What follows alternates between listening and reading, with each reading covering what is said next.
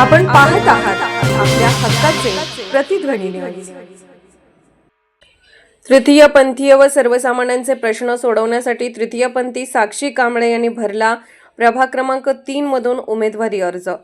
सांगली मिरज कुपवाड शहर महापालिका निवडणुकीच्या पार्श्वभूमीवर प्रभाग क्रमांक 3 क गट मधून तृतीयपंथी महिला उमेदवार विकास कांबळे उर्फ साक्षी कांबळे यांनी आपला उमेदवारी अर्ज अधिकृतपणे दाखल केला आहे। यावेळी त्यांनी तृतीयपंथी समाजाच्या समस्या सोडवण्यासाठी आणि प्रभागातील सर्वसामान्य नागरिकांच्या मूलभूत हक्कासाठी आपली उमेदवारी असल्याचे स्पष्ट केले।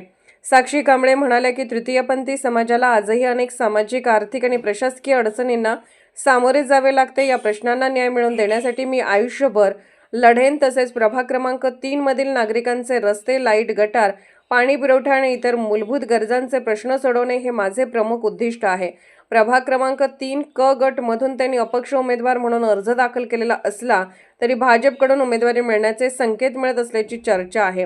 विशेष म्हणजे उमेदवारी अर्ज दाखल करताना भाजपचे ज्येष्ठ नेते व आमदार सुरेशभाऊ खाडे हे स्वतः उपस्थित राहून साक्षी कांबळे यांच्यासोबत निवडणूक अधिकाऱ्याकडे अर्ज सादर करण्यात आला।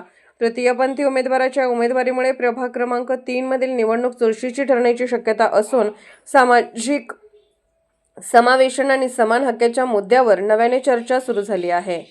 नमस्कार, मी विकास यमनवा कांबळे उर्फ साक्षी सांगली मिरज कुपवाड शहर महानगरपालिका हद्दीतील 2026 निवडणुकी मी एकमेव तृतीयपंथी आज महानगरपालिकेत अर्ज दाखल सादर केला आहे आणि माझ्या समाजाचे लोकांसाठी प्रत्येकांच्या घरोघरी जाऊन त्यांचा प्रश्न सोडवायचं काम आम्ही करणार आणि अनेक समाजाच्या लोकांसाठी पण करणार अशी जिद्द ठेवून मी लढणार। ओके, काय बोलायचं?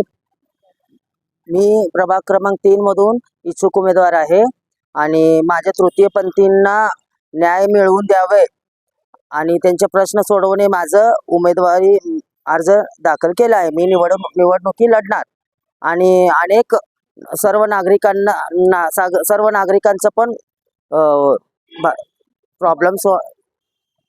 सामान्य नागरिकांचे पण प्रश्न सोडवून आम्ही देणार। गटारी, रोड, पाणी, लाईट हे सगळे प्रश्न सोडवणार, एवढंच विनंती।